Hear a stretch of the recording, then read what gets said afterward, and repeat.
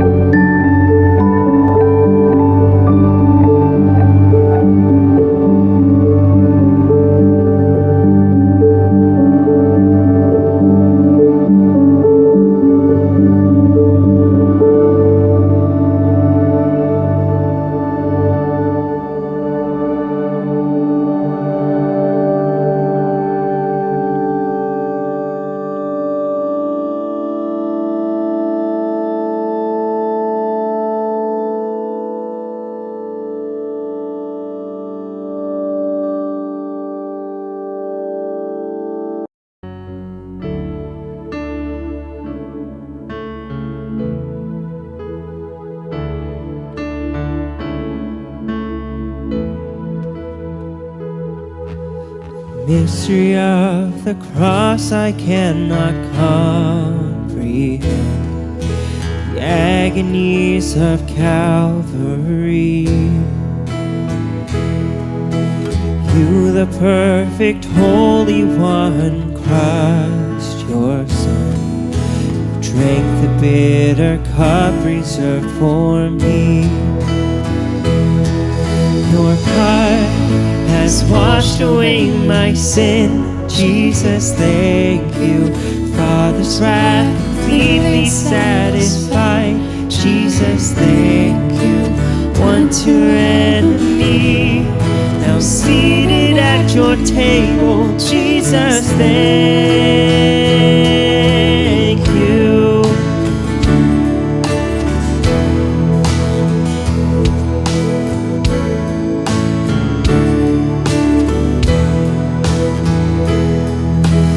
By your perfect sacrifice I've been brought near.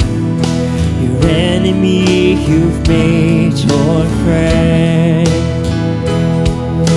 pouring out the riches of your glorious grace.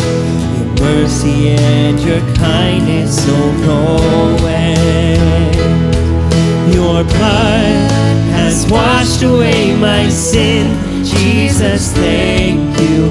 The Father's wrath completely satisfied. Jesus, thank you. Once your enemy, now seated at your table. Jesus, thank you.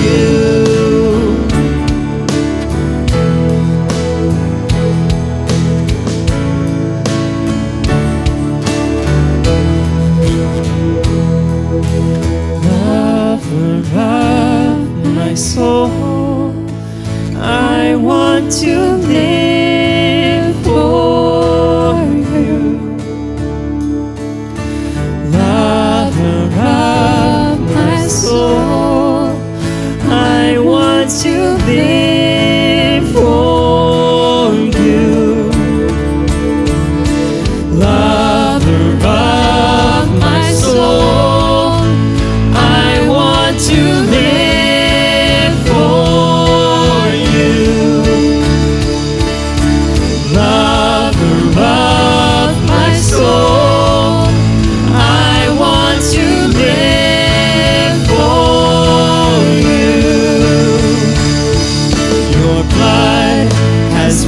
Away my sin. Jesus, thank you. The Father's wrath completely satisfied.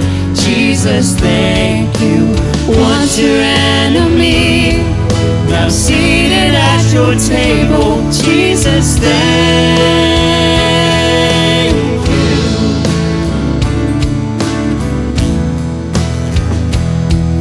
Your blood has washed away my sin. Jesus, thank you. The Father's wrath completely satisfied. Jesus, thank you. Once your enemy, now seated at your table. Jesus, thank you.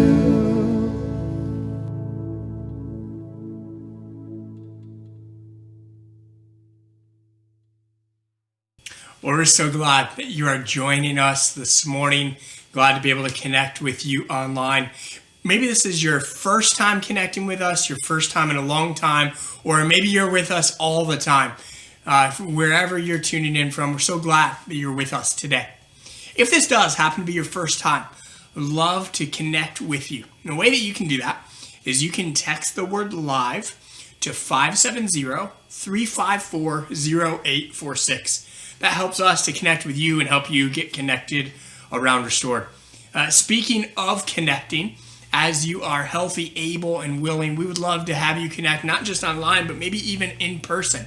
We're meeting every Sunday morning at 9 a.m. and 11 a.m. right in our church building in the corner of Northampton and South Mead Street in the Heights section of Wilkes-Barre. We're gathering wisely and safely in this time. A fully masked gathering. Everyone is seated, socially distant, And we've been having a great time in our gatherings. We would love to have you join us. As soon as you're ready, we're ready to welcome you back. A couple other ways you can connect.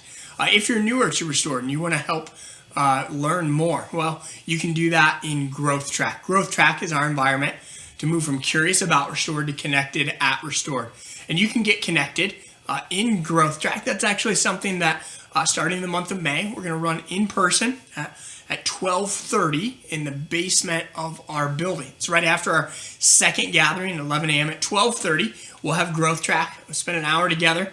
We'll eat lunch. We'll spend some time discussing who we are, what we're all about, how you can get connected at Restored. If you'd like to learn more or sign up, you can go to restoredchurch.org/GT to learn more. Sign up today.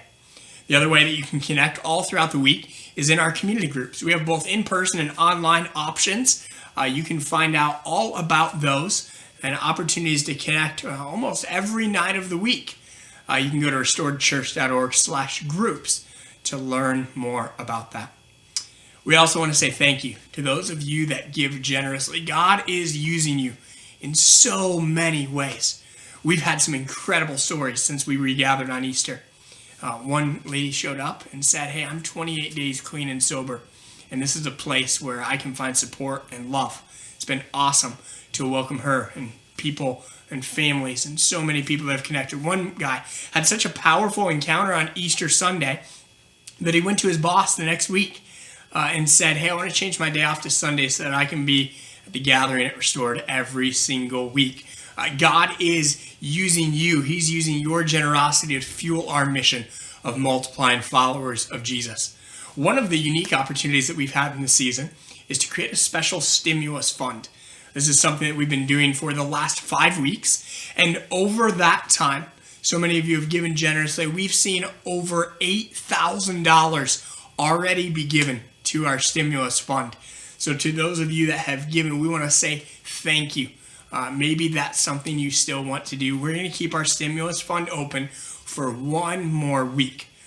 So to help cast vision for what that's all about, I want to show you a video that we made a few weeks ago. It's going to refer to the things that have been happening over the last 3 weeks, some new things that are happening in the month of May, and help you to catch a vision for how God is using that stimulus fund, where we're able to invest 50% of that right here in Restored and what God is doing.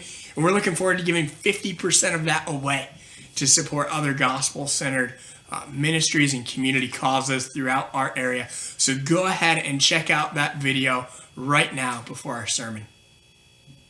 As we look back at the past year in our church, we see the faithfulness of God on display.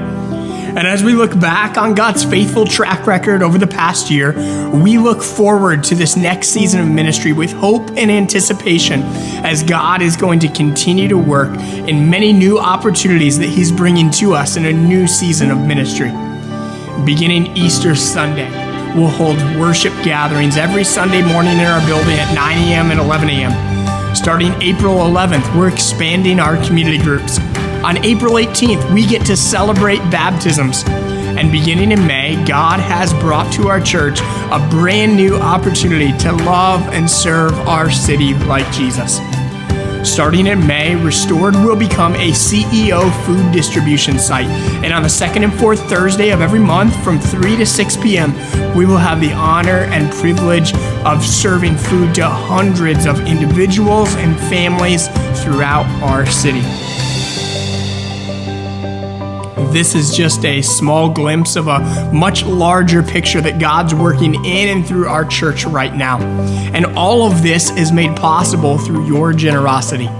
So for those of you that continue to give, we want to say thank you for financially investing in our mission of multiplying followers of Jesus. As the largest wave of stimulus checks is currently being issued, we want to encourage you to wisely, carefully, and prayerfully manage that money.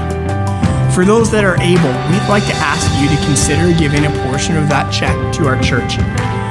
We believe the Bible calls all of us to sacrificial generosity, but the specifics of that are between you and God. To process through what that looks like to you, we would ask you to just pray and ask God what would be sacrificial in your specific situation. We know that for some in our church, this is a really tough financial season. So we want you to know that there is no pressure to give. We would just ask everyone to pray and consider what God would be calling you to do in this season. In light of this opportunity, we're actually launching a generosity initiative.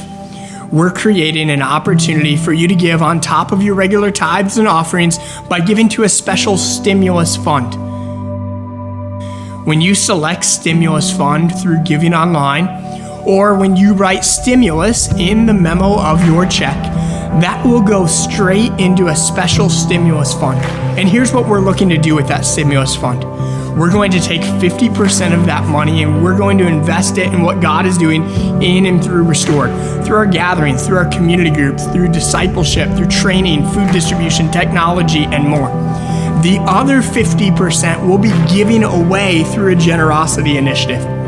Over the years, we've had the privilege of doing a number of generosity initiatives, and we have given away over $100,000 in the history of our church to invest in gospel opportunities and community needs throughout our region, our country, and our world.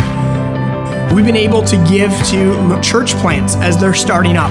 We've been able to meet practical needs in our local school district.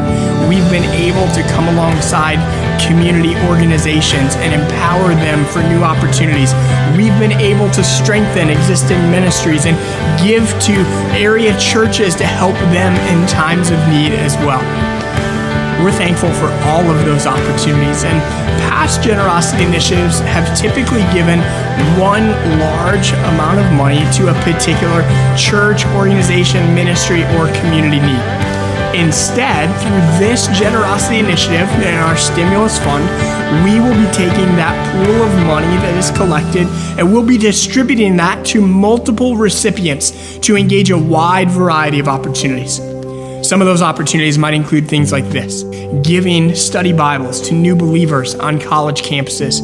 Might include things like helping local summer children's programs, resourcing regional church plants, meeting tangible needs for at-risk or foster families, investing in foreign missions projects, and much more. So as you give to our stimulus fund, you have the opportunity to help invest in what God is doing in our church through our ministries and what God is doing through our church in our generosity initiatives.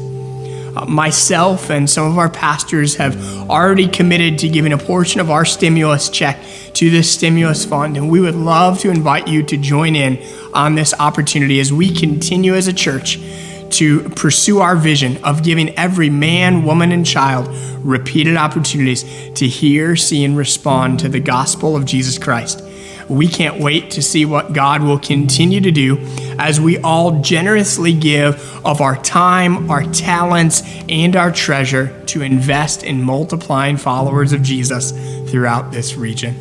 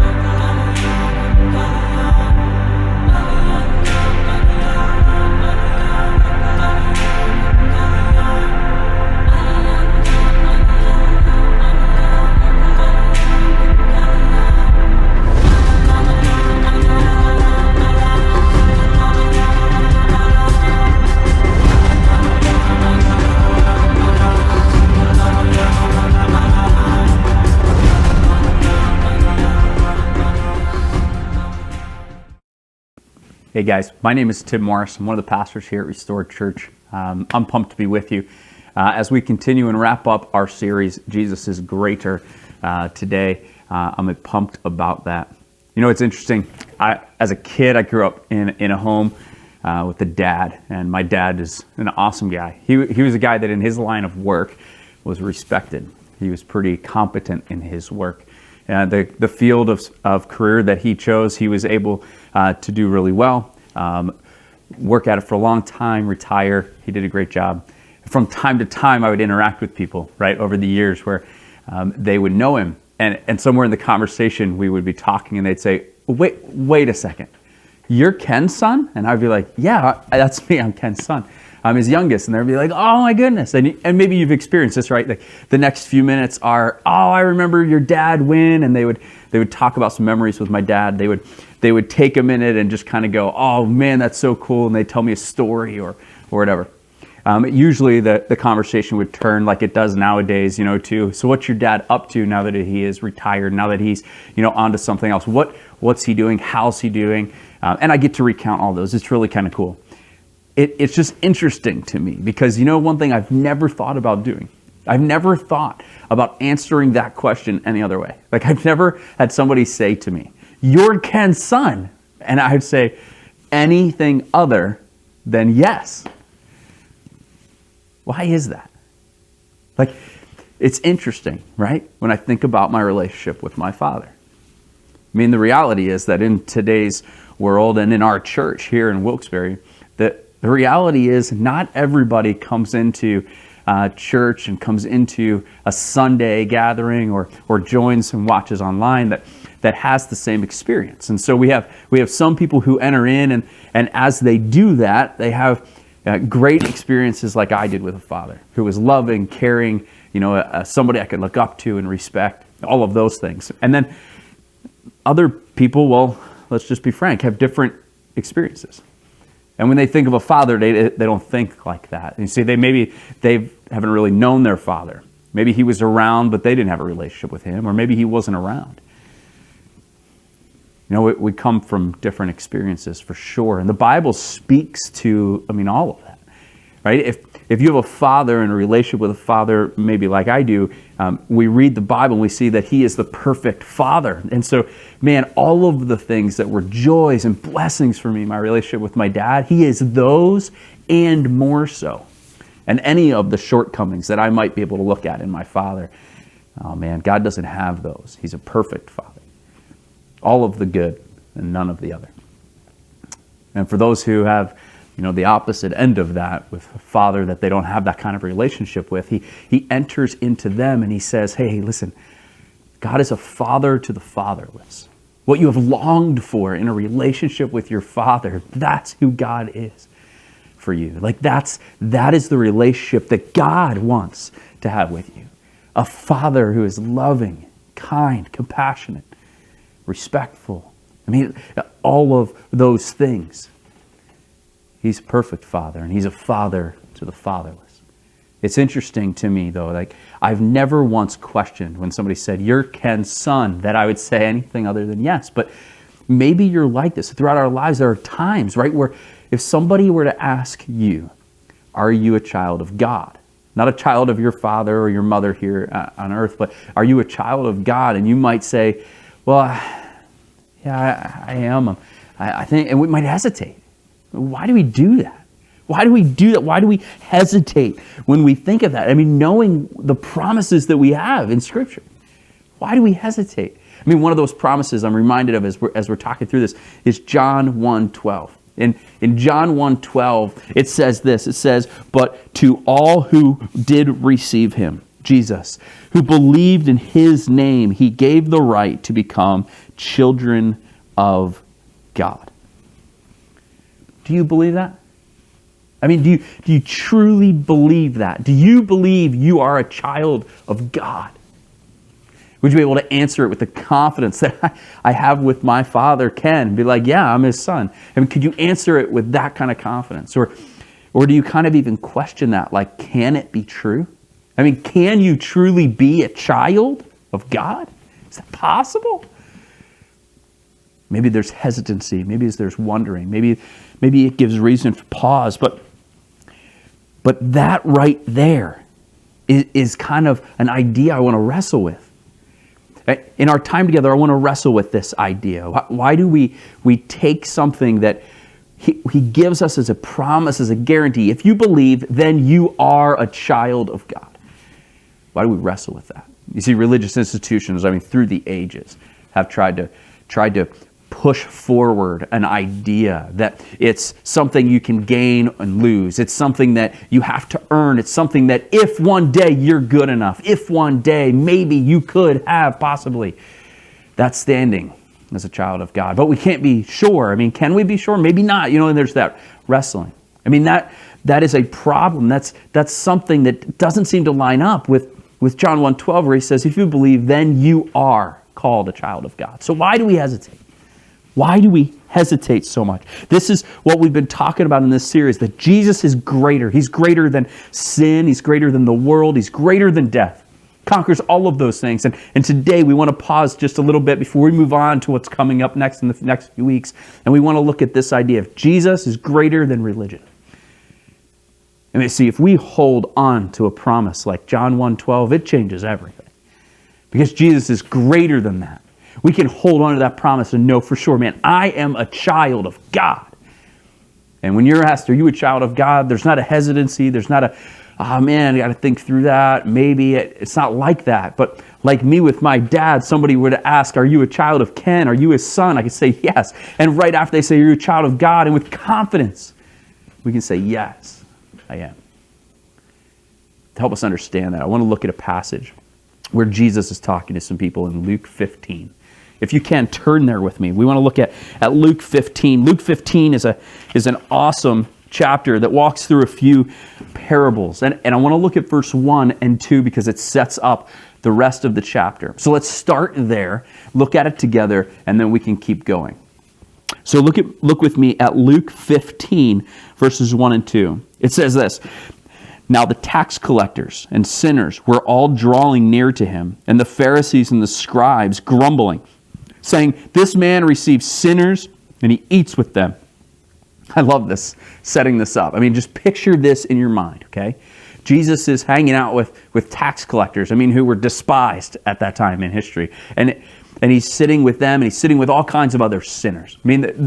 Everybody in the community looks at those people and says, those people, they're too far gone. They're the sinners, so we don't want to be with them. Those are the people Jesus is sitting with. The Pharisees say, look at him, he's hanging out with them and eating with them. So picture it like this, he's at a table. And he's at a table, and around the table are tax collectors and sinners. And off to the side, there's some Pharisees who are watching this happen. And they're saying, look at this. Look at this guy. Look at him. In verse 2, it says, this man receives sinners and he eats with them. He shares meals with them. They're appalled by this. Jesus, here's what he does in verse 3. He told them this parable. Here's what's important, is he's hanging out with sinners and tax collectors at his table. They're sharing a meal. There's laughter. They're enjoying each other's presence, and they're enjoying his presence. And in that moment, the Pharisees are not at the table. They're over off to the side, and they're grumbling amongst themselves. Would you look at this guy, what he's doing? And Jesus turns and addresses them. I don't know if he gets up from the table or if he's really at a table. I don't know, but he addresses them. And he turns to them. He tells them a parable, a story that gets to a moral truth, a principle, something that's underlying. The story in itself just communicates underlying truths. And so let's look at the story because he gives 3 of them. The first one, he talks about the parable of a lost sheep. And he interacts with that shortly. And then he moves on to a second one, kind of the same underlying principle of about a lost coin. And so he kind of moves past that one. He gets to a third one about a lost son. Many people hear this parable and they know it more commonly as the prodigal son. And so he starts talking about this parable. And that picks up in verse 11. That's where I'd like to spend our time together as we look at this chapter. So look with me at verse 11 as he starts this parable about the prodigal's son. He says this in verse 11, and he said, now remember, he's speaking to these Pharisees. He says, there was a man who had 2 sons, and the younger of them said to his father, Father, give me this share of my property that is coming to me. Think about this for a second. He's basically, what he's asking is the property that's coming to me, my share that's coming to me, that's my inheritance. I want that now. This is a huge disrespect to the father, right? In essence, what he's saying is, you're dead to me, And so since you're dead to me, I don't want a relationship with you. Our relationship is over and you're done. So let's just act like you're dead. And the inheritance I would get at your death, could you just give that to me now? Because I don't want a relationship with you. Now think about this. Think about this. Like, as a father, this would be a huge slap in the face. I mean, this is a big deal. And how would a father respond? I mean, I don't know. I mean, I'm a dad, and that would really hurt, right? You don't want a relationship with me? You'd wish I were dead? Like that's where we're at? You know, but the father doesn't respond with anger and that angst and that question. Now it says in the next sentence, and he divided his property between them. So he took the property and he divided it up amongst his sons, and he says, okay, here's your inheritance. And so after thinking it through, he gives his son his inheritance, and his son leaves. I mean, there's a certain amount of grace even in the way that the father interacts with that type of a son, a disrespectful son who says something like that, right? Let's keep reading and see what happens as the son gets his inheritance and walks away. He says this. Jesus says, and he divided his property between them. Verse 13, not many days later, the younger son gathered all that he had and took a journey into a far country. And there he squandered his property in reckless living. We do this all the time, right? We take the blessings of our Father and we take them and we make choices and say, we know better than you do. I don't need your input. You're dead to me, quite frankly. So I'm just going to go and I'm going to make my own decisions. And we make decisions in reckless living. We say, you know what? I know better about sex than you do. And so I'm going to do it my way. I know better. I know better than you, Father, regarding money. And so I'm going to spend my money my way. I know better about the way to do my work, the way to handle my relationships, my spouse, my kids. I know better how to do that than you. And so you're dead to me and I'm going to go do my thing. And that results sometimes running down horrible pathways. And eventually that leads somewhere. Where does it lead? Well, let's look at this story. In verse 14, after squandering his property in reckless living, in verse 14 it says, and when he had spent everything, he's got nothing left. At that point, a severe famine arose in the country, and he began to be in need. You see, at the end of that road, oftentimes what happens is that we get to the end of that road, and we find ourselves lacking. We find ourselves lacking because maybe we have spent and exhausted all of the things that we thought were so good and we held on to. Maybe we've exhausted them. And so at the end of that road, we've got nothing because of our choices. And we are empty-handed. And we find ourselves in a place of need. Other times, you know what's true is oftentimes we get the very thing we're chasing. We get it. We hold on to it. We get the promotion. We get the spouse. We get the date. We earn that paycheck and we hit that next threshold. Man, if I could just earn that amount, that would solve so many problems. We get what we're chasing. And in chasing it, we get it and we go, man, it didn't solve everything. Sometimes we don't get what we're after, and that causes us to be in need. Sometimes it's the opposite. We actually get what we're chasing for. And when we hold it, we realize, man, this didn't fulfill. This didn't satisfy. And so this place of need and the lack of being satisfied, what does the son do? The son turns around, and in that position of being in need, he goes back, and let's look at verse 15. So he went and hired himself out to one of the citizens of that country, of the faraway land, not near his father, another place. He hires himself out to someone in that country who sent him into the fields to feed pigs. I mean, he pretty well kind of takes a humbling job here. He becomes a humble servant in the middle of a pig pen, and he's feeding pigs. It goes on to say that he went in, he's feeding pigs, and he was longing to be fed with the pods that the pigs ate, and no one gave him anything. I mean, at that point, he's The famine's so bad. He's in such need, and he has nothing. And so at that point, he's feeding the pigs. And with the stuff he's feeding the pigs, he says, man, that looks good because that's all I can have. And so he's longing for even that, but nobody will give it to him. He's not allowed to even have that. I mean, this is pretty down. This is pretty humbled, right? This is getting to a point at the end of that journey of reckless living where we go, oh man, I think I may have made some poor choices. I've made some decisions that have led me to here, and that position hurts. That position is humbling. And that's where the younger brother finds himself. No one will give him anything. He's alone. Any of the fun and the joy and the partying and the reckless living he had with others, at this point, they're gone. And he's alone, and nobody gives him anything. And so he comes to himself. I'm not sure, maybe he passed out, maybe he's exhausted, I don't know, but he comes to himself. He kind of gains his bearing, and he says in verse 17, how many of my father's hired servants have more than enough bread? But I perish here with hunger. I will arise and go to my father, and I will say to him. Now, he's going to kind of rehearse this thing. He's going to say, all right, this is what I'm going to do. I'm going to go back to my dad because, surely his servants, they don't even live like this. And so I'll go back to my dad.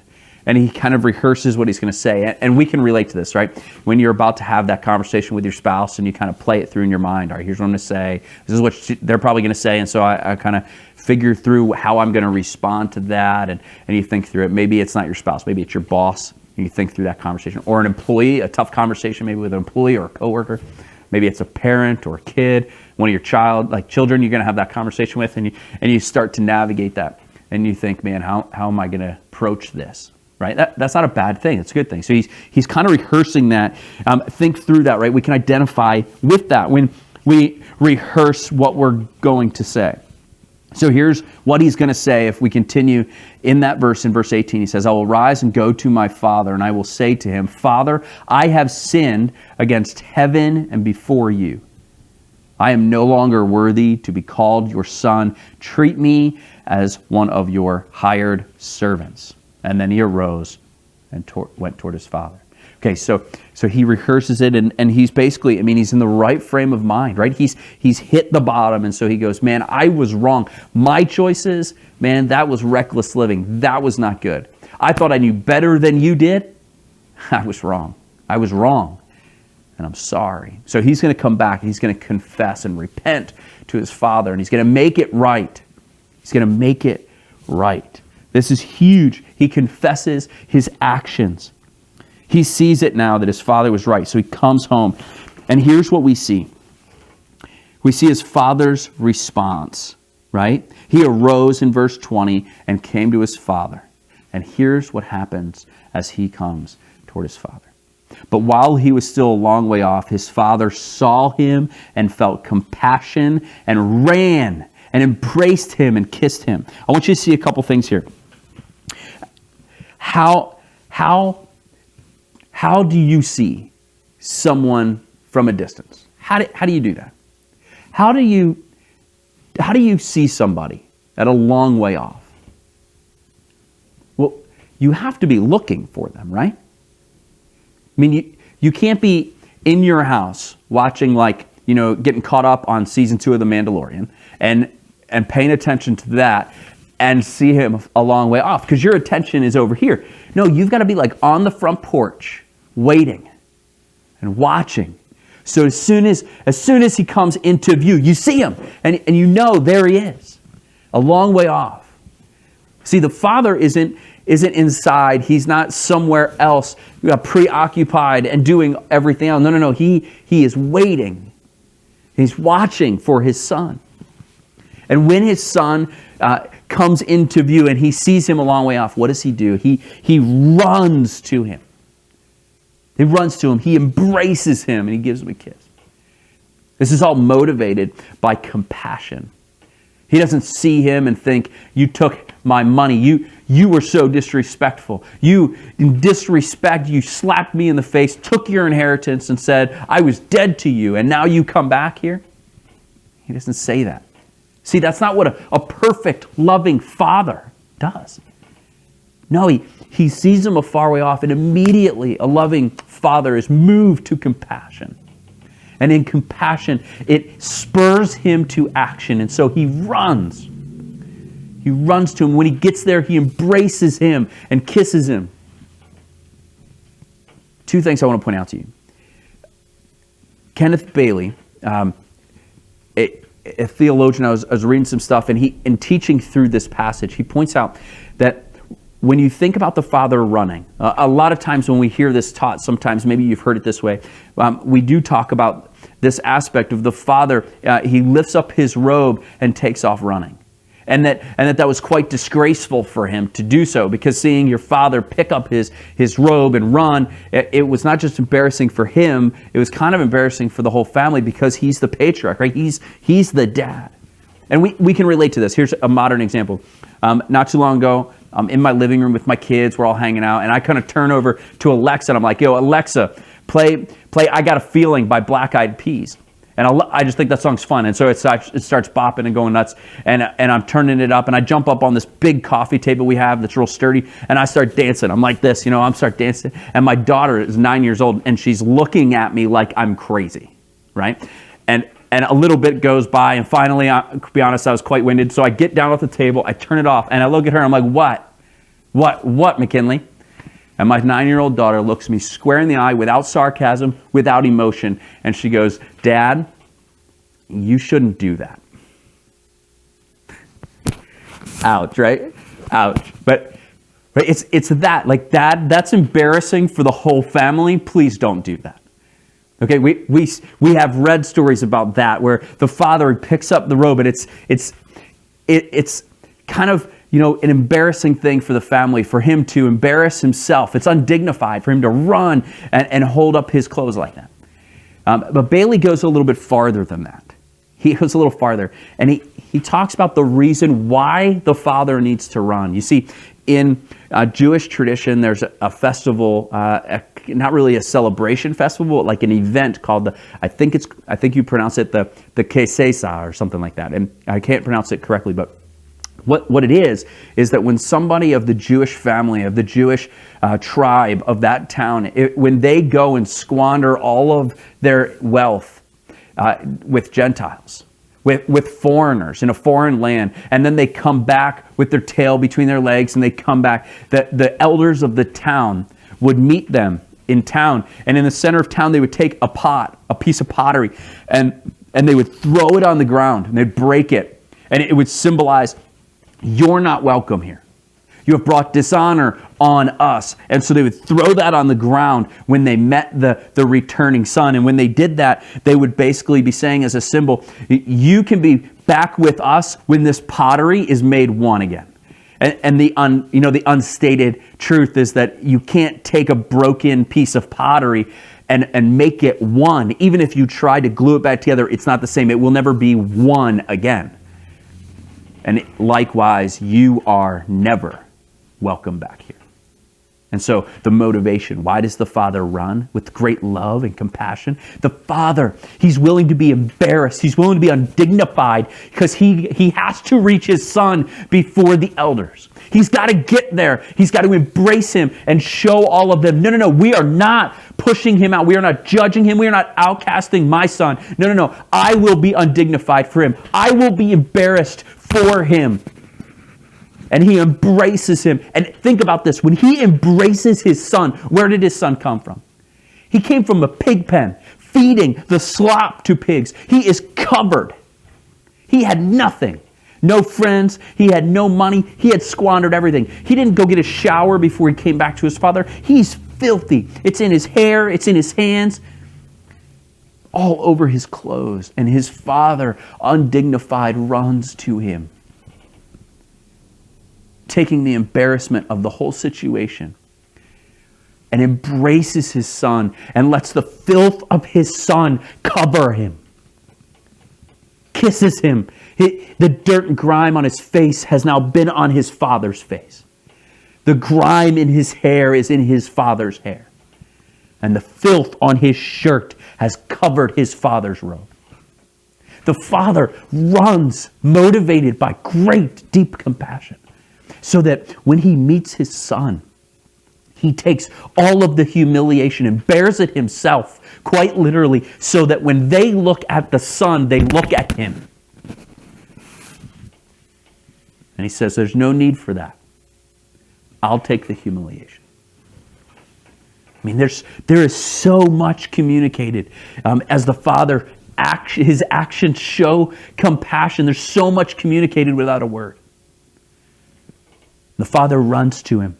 And the son, he has this well-rehearsed thing. And so he starts off. And what's he say? When he starts off, it says that father runs to him with great compassion. He ran, embraced, and kissed him. And verse 23, it says, 22, and the son said to his father, here's that rehearsed thing that he was planning. I have sinned against heaven and before you. I am no longer worthy to be called your son. But the father said to his servants. You see what happens right here is the father completely interrupts him, completely ignores him. Yeah. I know you're sorry. And he turns to his servants and says, we're going to celebrate. We're going to celebrate. This is incredible. And he starts going after that because he just kind of shuts him down because he's not worried about that. This is my son is coming home and we are going to celebrate. I want to pause right here for a second. Okay, think back to what the son was going to say. He doesn't get a chance to say it. He wanted to say, I am unworthy to be called your son. Therefore, and if you go back, he says, therefore, let me be one of your hired servants. But when he comes back to his father, he says, I'm no longer worthy to be called your son. And the father cuts him off. This is a fundamental truth of understanding why Jesus is greater than religion. It's a fundamental truth to understand so that when you are asked, are you a child of God? You can confidently answer that question. You see, what the son does is he is willing to exchange being a child for being an employee. He's willing to exchange the relationship for a contract. He's willing to take a contract in place of a covenant. And when we are called children of God, we are placed under a covenant, the new covenant. I mean, this is a huge thing. And it's fundamental because if you're going to see who you are as a child under a covenant, that's extremely different than an employee who's under a contract. When you're under a contract, there's great fear because if you do something wrong, you are dismissed. If you have something go wrong, you try to hide it because if you are discovered, you're fired. If you are under a covenant, you do not have that fear. You are not in a place of fear based on my performance. You're in a relationship under a covenant holding on to a promise that can't just be removed. And we know this to be true, okay? We know this and we see this play out in our world with sexuality. Our world pushes forward this idea that your sexuality is based on your performance. And who you truly are behind that, you should hide it. Because if it is brought forward and it doesn't match with the performance, you are then banished. You're no longer any good to me. And that is sad. The Bible does not approach sexuality like that. Sexuality in the Bible comes after a covenant, comes after a promise. That in marriage, there's a covenant and a promise. And in that, you are fully known. You don't come into that view and into that moment of sexuality with this idea of performance. You come into that under a covenant and a promise, being fully known. You're fully known mentally, emotionally, and physically. And at that moment, you move forward holding on to that promise and covenant. If you do not act in accordance with performance, that's not the problem. That's not a point, because it's a covenant that supersedes that. You cannot be fired. I'm not going to banish you. You are fully known and fully loved. And when that covenant is broken or approached differently, it causes great sorrow. We know that to be true.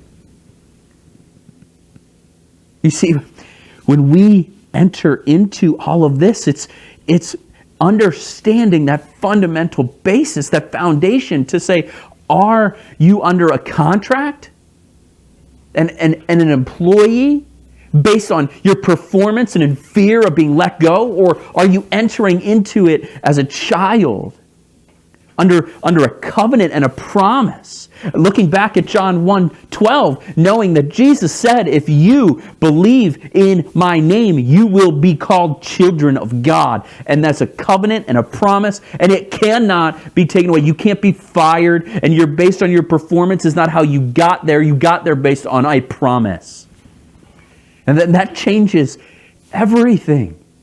So let me ask you, are you under a covenant or a contract? Are you under a covenant or a contract? Here's a good way to think about this. When I asked you earlier, are you a child of God? How did you answer it? Did you see some of us, we hear that question and the immediate response is kind of, I did some stuff and it wasn't good. I looked at some stuff I shouldn't have looked at. I said some things that I shouldn't have said. Am I a child of God? I'm trying. And that's honest, like that's a raw, honest answer. But do you hear how ridiculous that is? If you ask me, we're meeting, and you say, wait, are you Ken's son? And I said to you, well, I mean, I've looked at some stuff. It wasn't good. I said some things that were pretty hurtful, and I did some things that, I don't know, I'm trying. Do you hear how ridiculous that is? When you're asked, am I a child of God? And your response is not yes. That's a gauge for you. Are you living under a contract based on your performance, trying to understand, like, am I? Or are you living under a covenant and a relationship going, am I a child? Yes, I'm a child. Because there's a covenant, there's a promise. I hold on to that promise, and I am a son of God. How do you respond in that moment?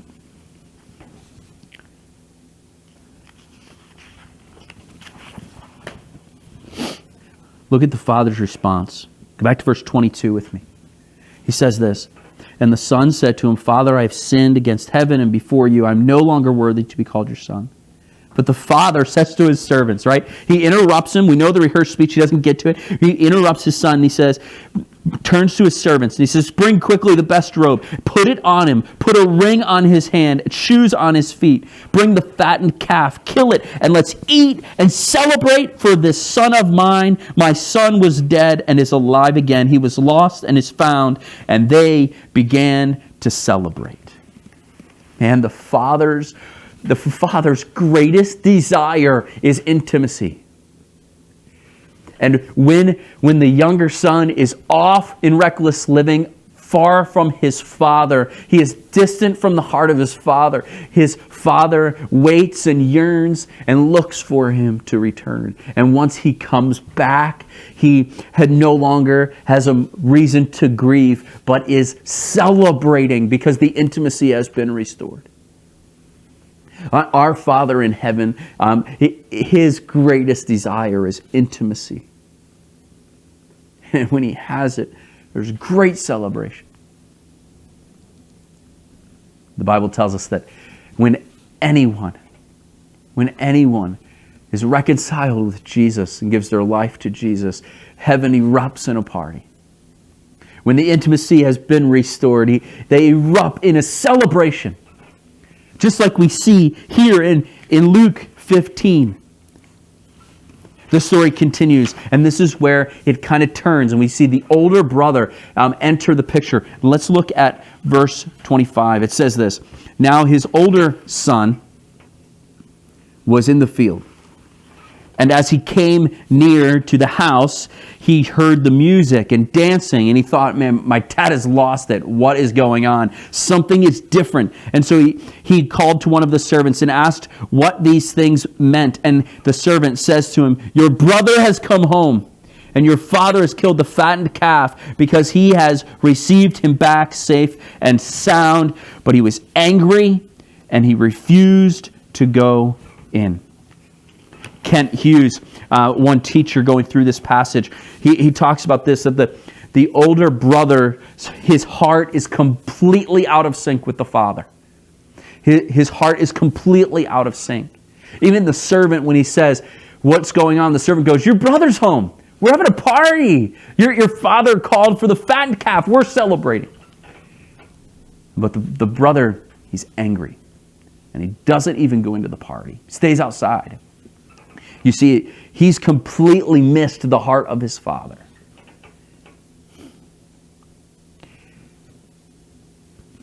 The older brother has never left the farm.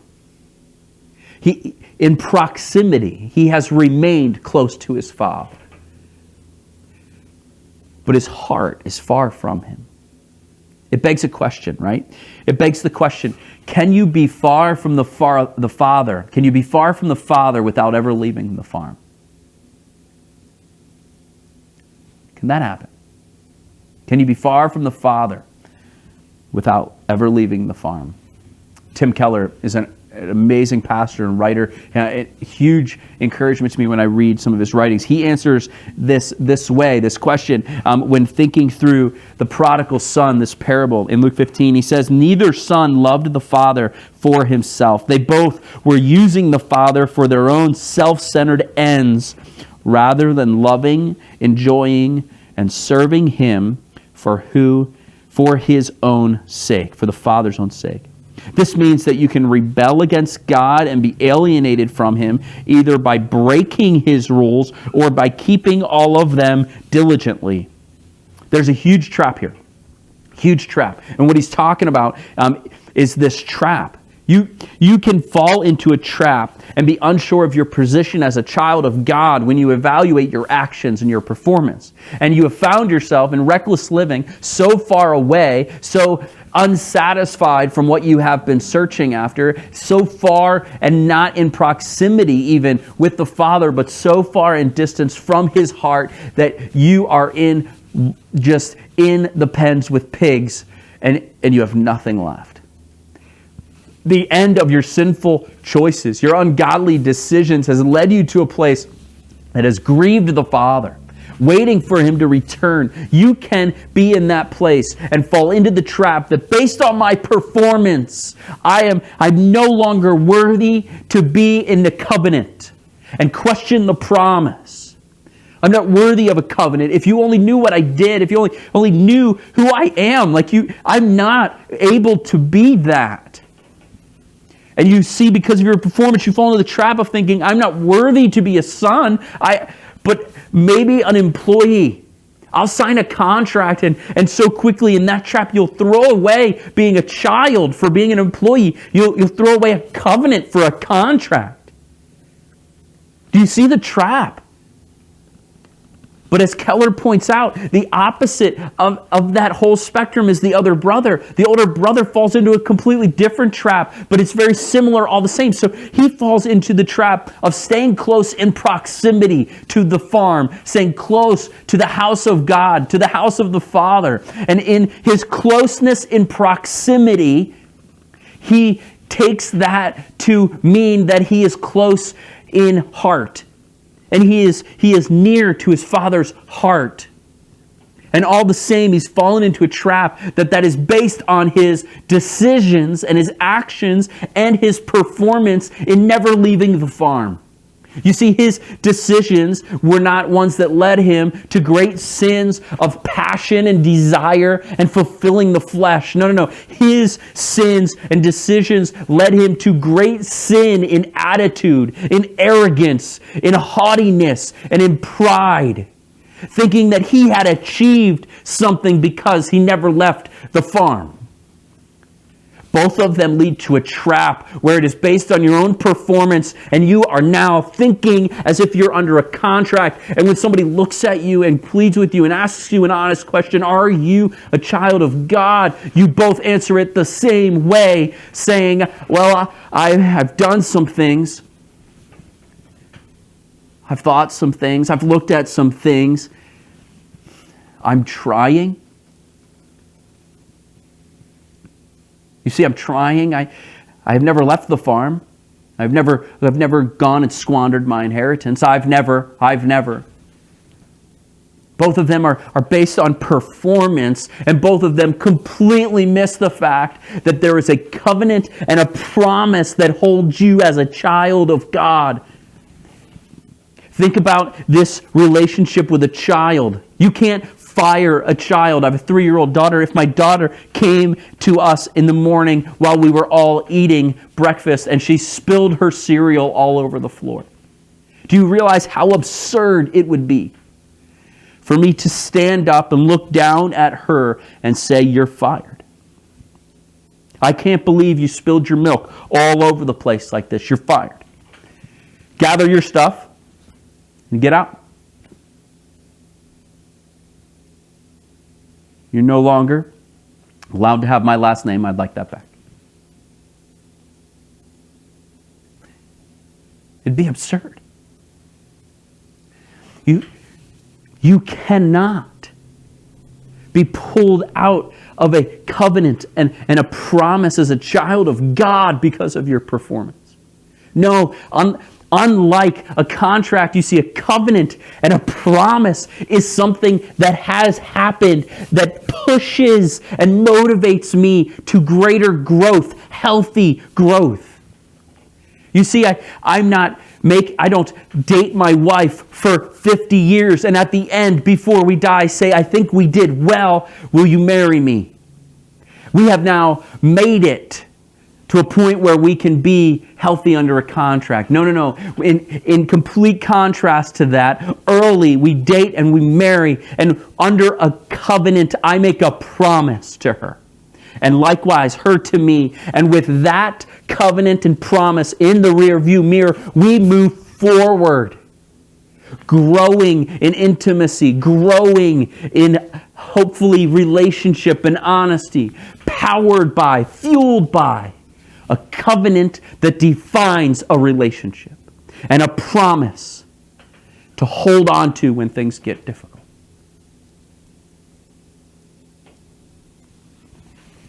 Look at the last few verses with me, because both grieve the Father greatly. And what does the Father do?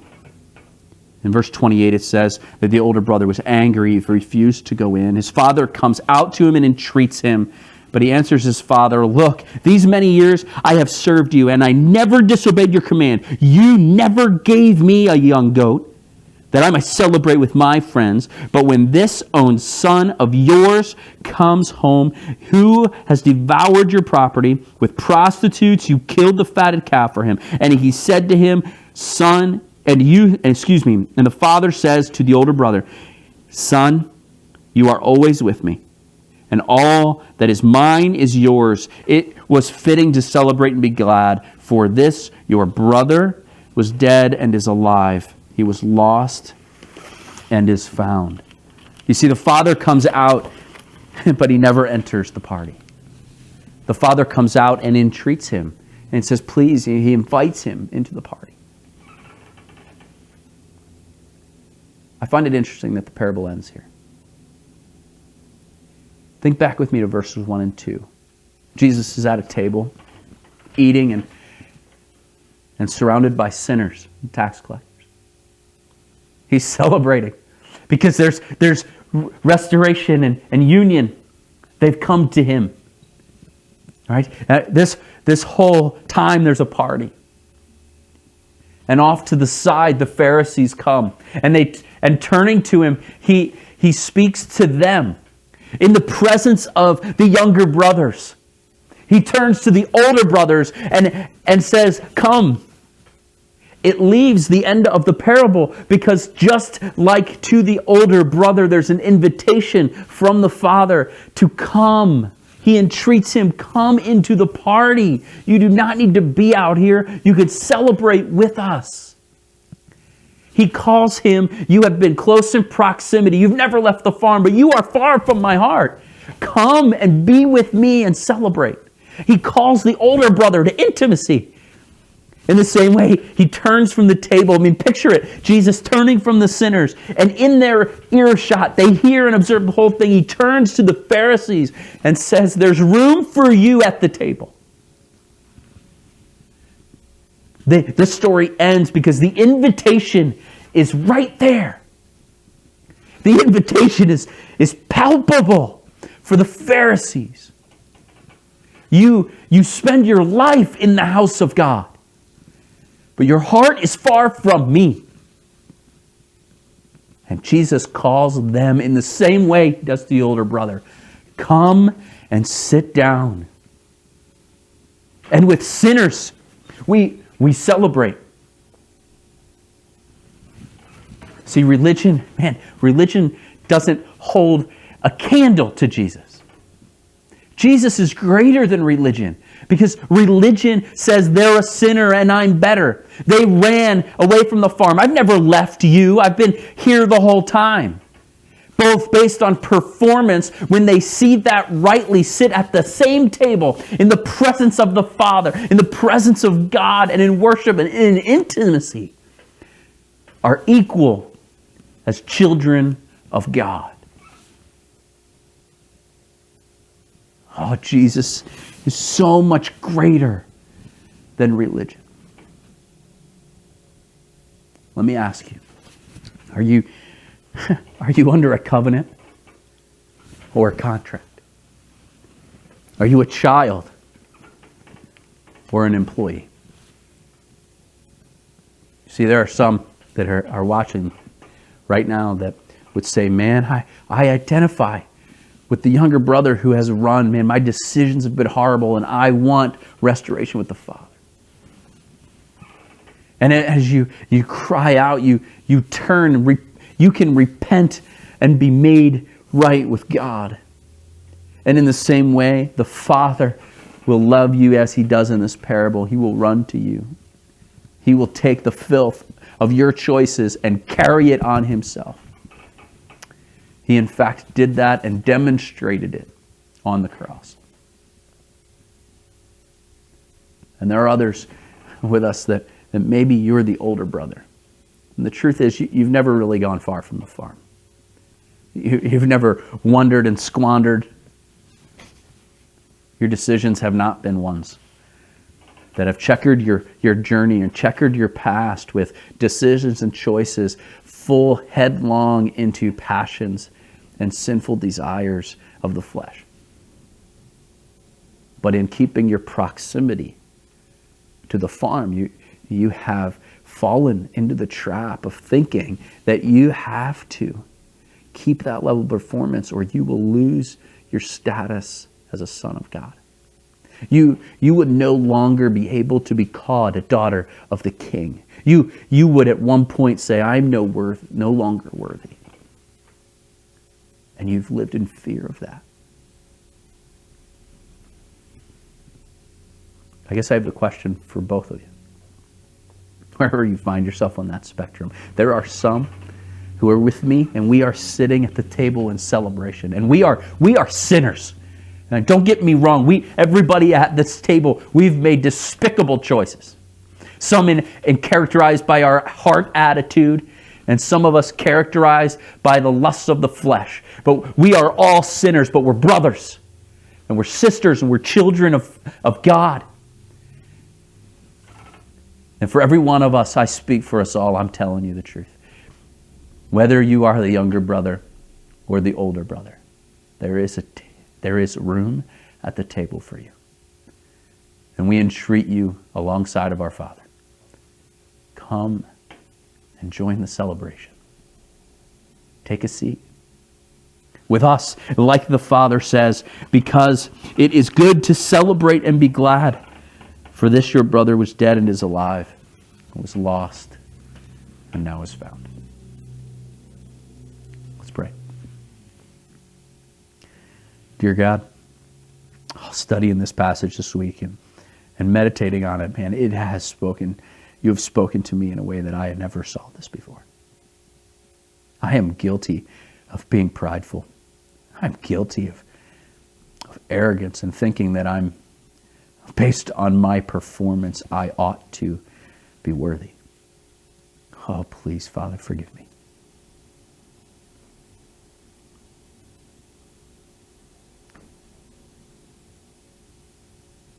Father, may I sit at the table in celebration with you, in the presence of my Savior. And God, I pray, I plead with you that you would soften the hearts of my friends. I pray that you would draw them to you, that whether they are one characterized by the life and the journey of the younger brother, far in distance and proximity, or close in proximity, but far from the heart of God. I pray that in either way, God, those who repent, you would bring them to the table as you promise. That those who come to you and repent, you believe in your name, that you give them the right to be called a child of God. And that we're not under a contract, we're not an employee that we ought to be concerned with or fearful of our performance. No, we are under a covenant, and we hold dear a promise that fuels and motivates us on toward growth and godliness. Oh God, we celebrate with you, for you are a perfect Father. You are a Father to the fatherless, and you are a good Father. We pray these things in your name. Amen.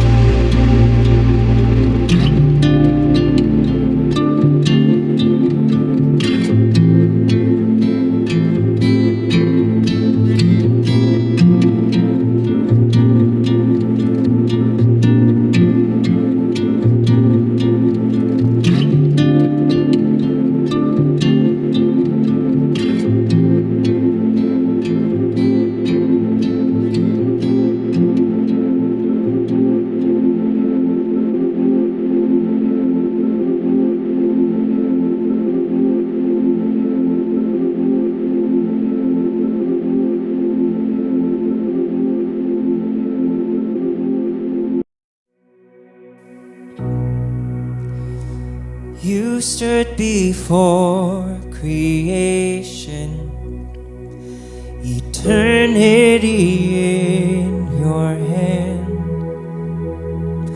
You spoke the earth into motion, my soul now to stand.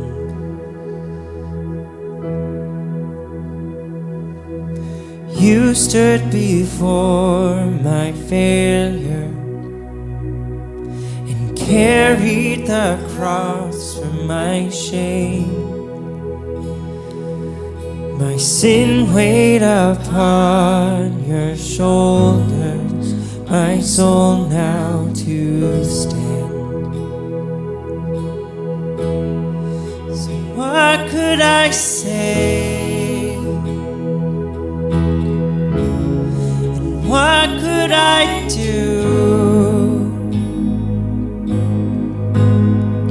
but offer this heart, oh God, completely to you?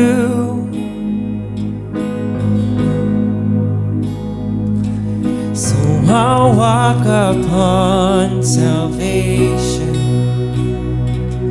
your spirit alive in me, my life to declare your promise, my soul now to stand. So what could I say? What could I do but offer this heart, oh God, completely to you?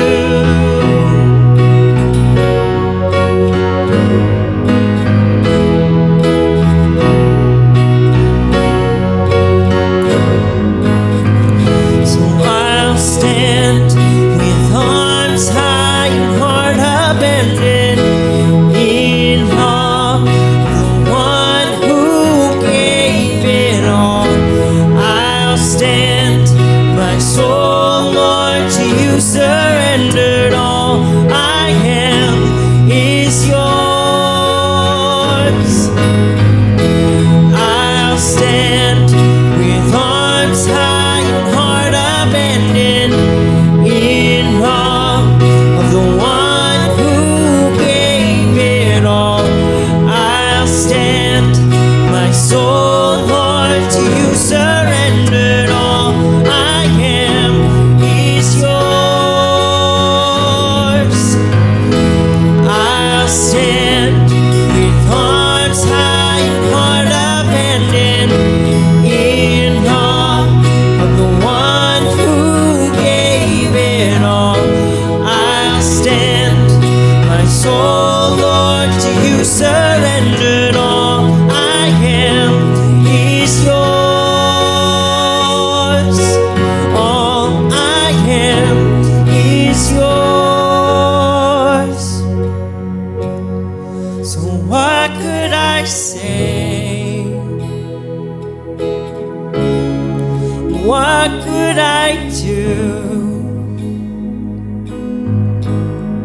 but offer this heart, oh God, completely